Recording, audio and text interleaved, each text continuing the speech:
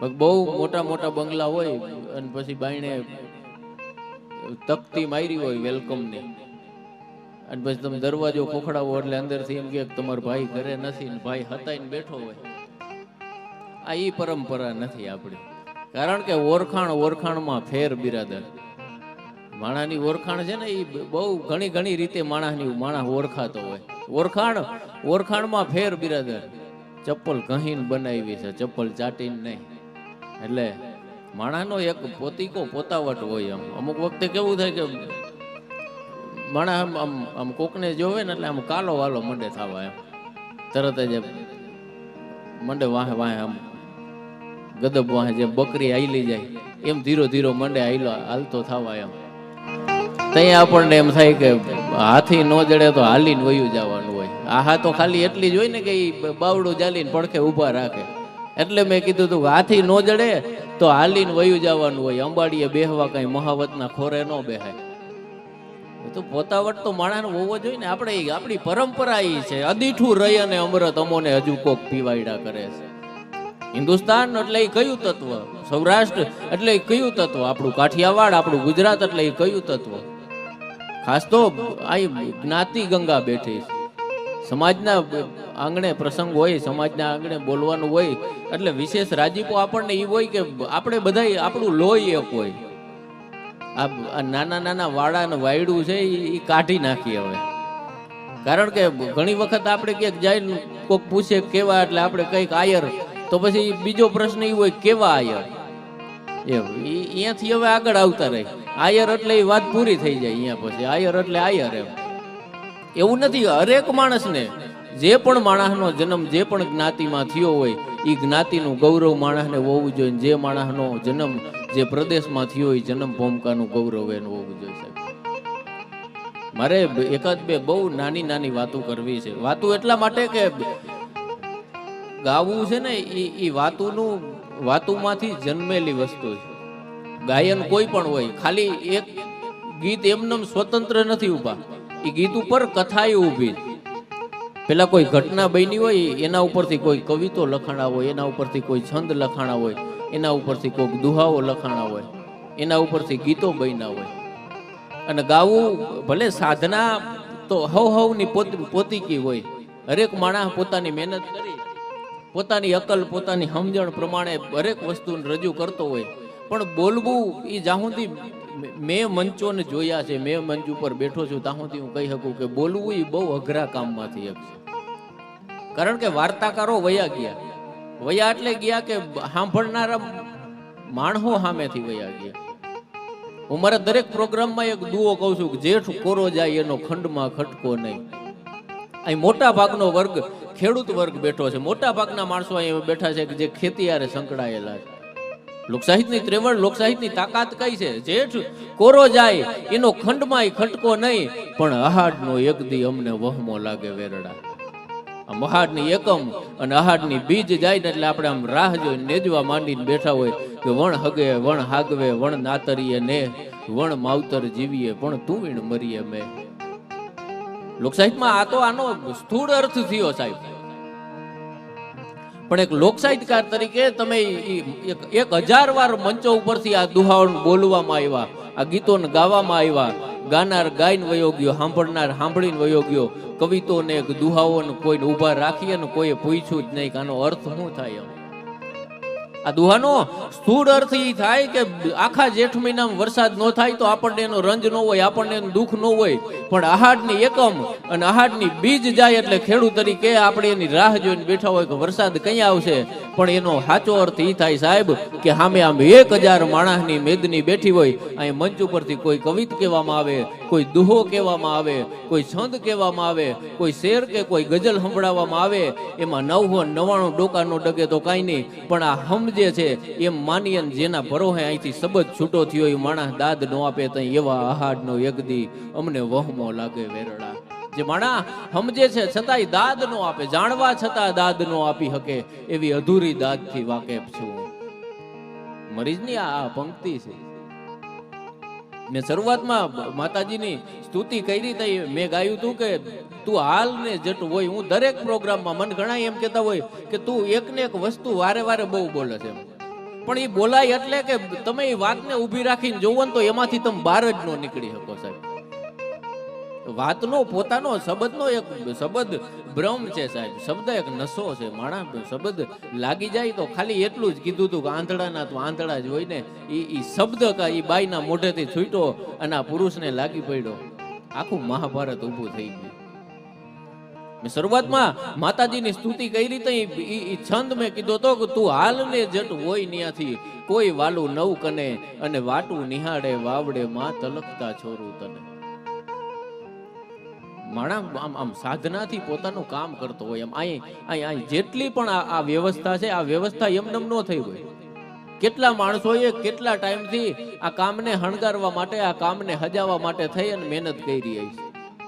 સૌથી ઓછું ક્રેડિટ એવા બહુ લોકસાહિત્યની અહીં બારાડીમાં આવવાનો હરખ મને એટલે હતો કઈ તમે બેઠા છો અને એટલે નહીં, મારે તમે યુટ્યુબમાં કેટલા એવા કટકા છે, સોશિયલ મીડિયામાં તમે મને એવું બોલતા સાંભળતા હશો કે હું બારાડીમાં બોલવું ગમે, બારાડીમાં બોલવું એટલે ગમે કે બારાડી બેહી અને સાંભળે છે.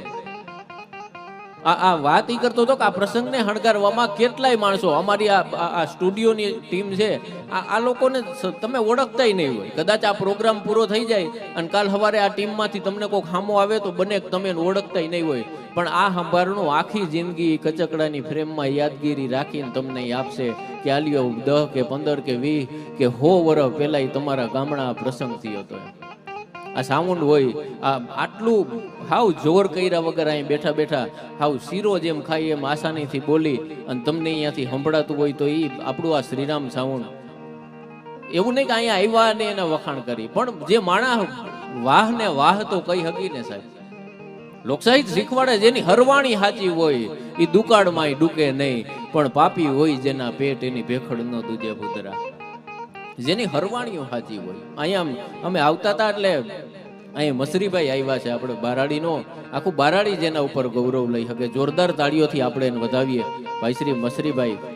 એટલે મેં કીધું હાલ તારે આવવું તો જોહે. આજ બપોરે એને બાટલા ચડાવ્યા હતા, 2 દીથી અહીં ઘરે હૂતો તો મેં કીધું તારે આવવું તો જોહે જ.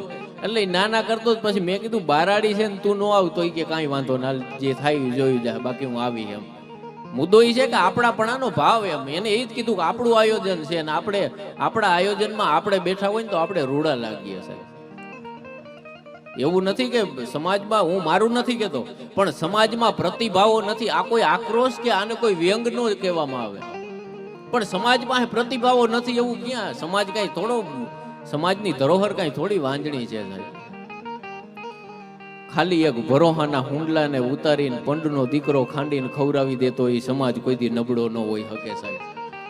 દૈસરાના પાદરમાં એ મેદની વચ્ચે એક 70 વર્ષની બુઢી બાઈ છે, ધીરી આમ વહી આવે અને ભોજા બાપાને પંડ ઉપર સાઈડીઓ મૂકવામાં આવી હતી. આખી વાર્તા કરું તો વાર લાગે, ખાલી વાતની વાત માંડું કે ધીરી આમ મેદની આગોજાભાઈ વિવેકથી આમ અટાણે કદાચ કોક આગળ આમ 1 લાખ કે 2 લાખ રૂપિયા હાથમાં હોય તો માણસ આમ ધ્રુજતો હોય અને પૈસા ઉડાડવો હોય ને માણસ ધ્રુજવા માંડે.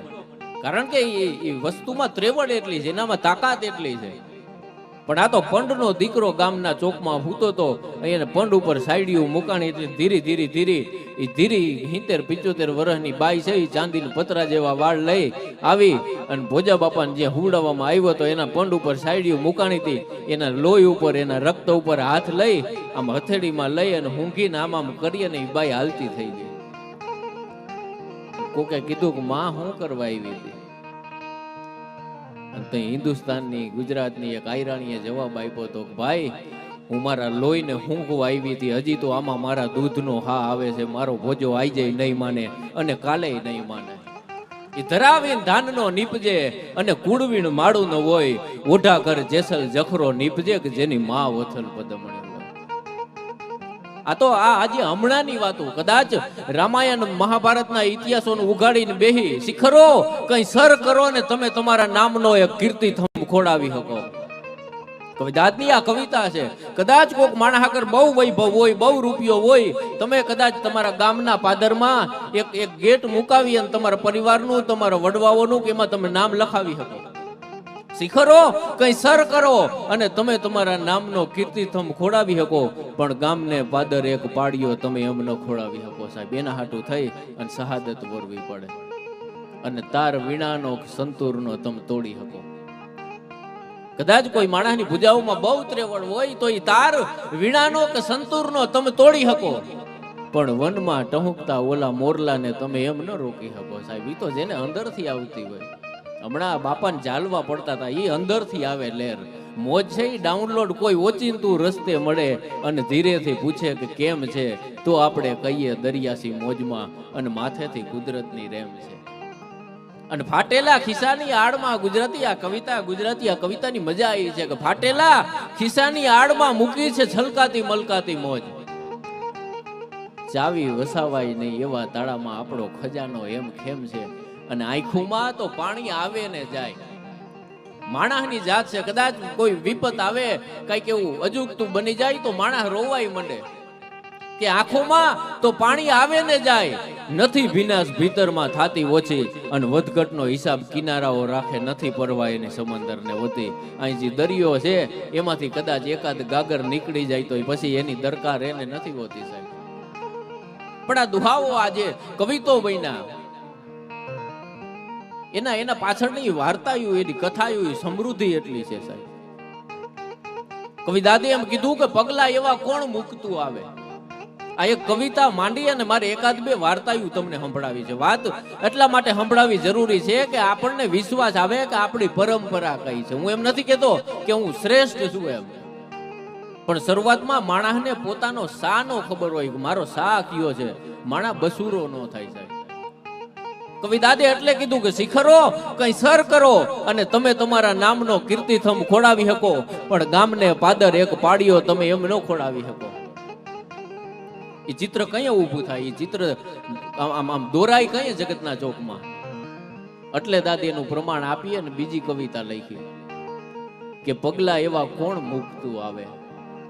મેં શરૂઆતમાં કીધું ને કે કદાચ સવાલ ઉભો થાય કે આપણી પરંપરા કઈ, આપણે કોણ, એનું પ્રમાણ આપતી આ કવિતા છે કે પગલા એવા કોણ મૂકતું આવે કે ગગન આખું એની પાછળ પાછળ ઝૂકતું આવે, ને સુર એવા કોણ છેડી ગયું એ રસ્તે કે હરણ હજી પાછળ પાછળ પૂછતું આવે.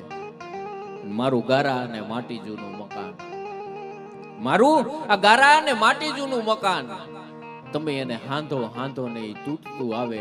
પગલા એવા કોણ મૂકતું આવે. એવા પગલા કે જે હજી ભૂહાણા નથી, એવા પગલા કે જેને તમે યાદ કરો તો હજી આપણને એમ થાય કે આ ઘટના તો કાલ સવારની છે. લોકસાહિત્યની બહુ મોટી મોટી વાર્તાઓ, બહુ મોટી મોટી, હું કોઈ વિરોધ નથી કરતો, ઇતિહાસ છે આપણો, ગઈકાલ છે, આપણે એનો વિરોધ ન કરી શકીએ. આપણને વાલી જ લાગે આપણી પરંપરાની હરેક વાત, પણ આ તો હજી હમણાંની વાત, છેટું ક્યાંય નહીં. તમે અહીં મેવાહા વયા જાવ, રમેશ જોગલ સાહેબ હજી તો એ જુવાનિયાના હજી તો જુવાની ફૂટી હતી માટી. શહાદત એક પુરુષ આયરત્વ હેમખેમ ત્યાં સુધી છે જ્યાં સુધી આયરાણીઓ એની મર્યાદાઓ નથી મૂકી. મર્યાદા એટલે હું ઘરમાં પૂરી દેવાનું નથી કેતો, પણ આપણી જે રેણી છે, આપણી જે પરંપરા છે, એ રમેશ જોગલ બહુ નાનકડી ટૂંકમાં એ પ્રસંગ તમને કહું કે એને દેશ હાટું થઈ અને આખી શહાદત ઓરી લીધી. પોતાનો પ્રાણ છે એ હિન્દુસ્તાન માટે ન્યોછાવર કરી દીધા. પછી ગુજરાતના તમામ રાજકીય માણસો એ માજી આગળ, એ માં આગળ, એ આયરાણી આગળ મોઢે થવા આવતા હતા. કારણ કે એ તો માં જેને પંડનો દીકરો ખોયો હોય એને ખબર હોય કે એમાં પીડા કેટલી હોય.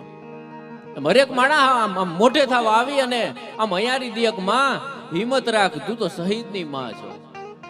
બાઈ છે ઘણીક રોવા મંડાય, ઘણીક બંધ થઈ જાય, ઘણીક રોવા મંડાય, ઘણીક બંધ થઈ જાય, ઘણીક રોવા મંડાય.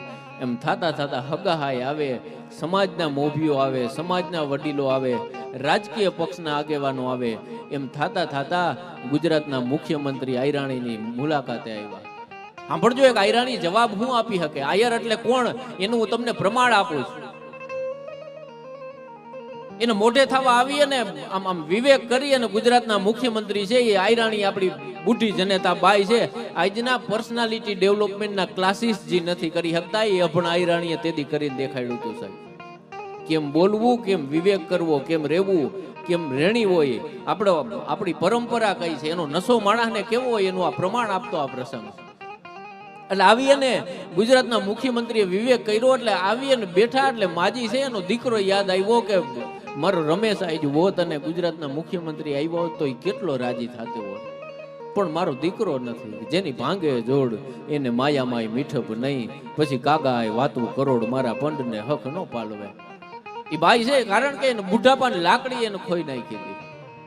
ગુજરાતના મુખ્યમંત્રી આવી અને સામે બેહે અને માજીને અહીંયા આપે કે માં શાંત થઈ જા, તું તો એક શહીદની માં છો, હિન્દુસ્તાન તારું કાયમી ઋણી રહે. કે માજી હું તમને શું આપું? ગુજરાતના મુખ્યમંત્રી હોવાને નાતે એને વિવેક કર્યો કે માજી હું તમને શું આપું? કે માં તું કે તો તને મકાન આપું શહેરમાં, તમે કયો તો હું તમને વિવેક કરતા હતા કે હું તમને પ્લોટ આપી દઉં, તમારે ક્યાંય જમીન જોતી હોય તો હું તમને જમીન આપું, તમારે રૂપિયા જોતા હોય તો હું તમને ચેક લખી આપું. તો હિન્દુસ્તાનની એક આયરાણીએ જવાબ આપ્યો તો છાતી ઠોકીને આપણે કઈ હકી હું આયર છું. આપણી જનતા બોલી હતી સાહેબ મારે બીજું કાંઈ નથી જોતું, એક દીકરો મારો હતો એ શહીદ થઈ ગયો, મારો બીજો દીકરો ઘરમાં બેઠો છે, તમે દેવા માંગતા હોય તો એને આર્મીમાં નોકરી આપી દો, મારો બીજો દીકરો આ દેશને આપવા તૈયાર. આ નશો છે. કસુંબલ દિવાઈભાઈ ભમરની આ કવિતા છે. કસુંબલ રંગત ચોળ લાલ જગત ક્યાંથી લાવું, હું આઝાદ ક્યાંથી લાવું, હું બીજો ભગત ક્યાંથી લાવું. અને એકે ગોતવો અઘરો છે જે માથું આપી દે. મોટરસાયકલમાં 3 જણા બેઠા હોય ને પોલીસ વાળાને દેખે ને 2 તો ઠેકીને હેઠા પડી જાય. એકે શોધવો અઘરો છે જે માથું આપી દે, પણ આ દેશ હાટું માથા ધરી દે એવી આખી પંગત ક્યાંથી લાવું. અને લાલ બાલ પાલ ભગતસિંહ ચંદ્રશેખર રાજગુરુ અને આઝાદ, આપણો લાલ બાલ પાલ ચંદ્રશેખર ભગતસિંહ રાજગુરુ અને આઝાદ. હું સતત આવો બેનમૂન ફાલ ક્યાંથી લાવું. અને 2 ઘડી વાત કરવી છે મારે અહેલે વતનની, ખાલી 2 ઘડી વાત કરવી છે મારે અહેલે વતનની. હું વખત ક્યાંથી લાવું, હું માહોલ ક્યાંથી લાવું, હું બીજો આઝાદ ક્યાંથી લાવું, હું બીજો ભગત ક્યાંથી લાવું. ધરાવીને ધાનનો નીપજે એક જ દુહા ઉપર આજ રમી અને મારે આખી વાર્તા પૂરી કરવી છે. લોક સાહિત્યને ઉખેરવામાં આવે એટલે એના અર્થો કેટલા થઈ શકે એના પ્રમાણો હું આજ તમને આપું. કે હારી જનેતા વગર હારું છોડ નો થઈ શકે સાહેબ. તમારે બહુ હારા છોડવા કરવા હોય તો એ જમીનને તૈયાર કરવી પડે. એમ હારું બાળક જોતું હોય તો એક સંતુલિત માતૃત્વ જોઈએ, એક સંસ્કારી માતૃત્વ જોઈએ સાહેબ. 2001માં કચ્છમાં ભૂકંપ થયો હતો. આ હું એવા માણસોની વાત કરું છું કે જે માણસો કોઈ દી સમાજના મંચો ઉપર ચાદર ઓઢવા નથી આવ્યા. લોકસાહિત્ય એટલે મેઘાણીને કોઈ પૂછ્યું હતું કે લોકસાહિત્યની વ્યાખ્યા શું?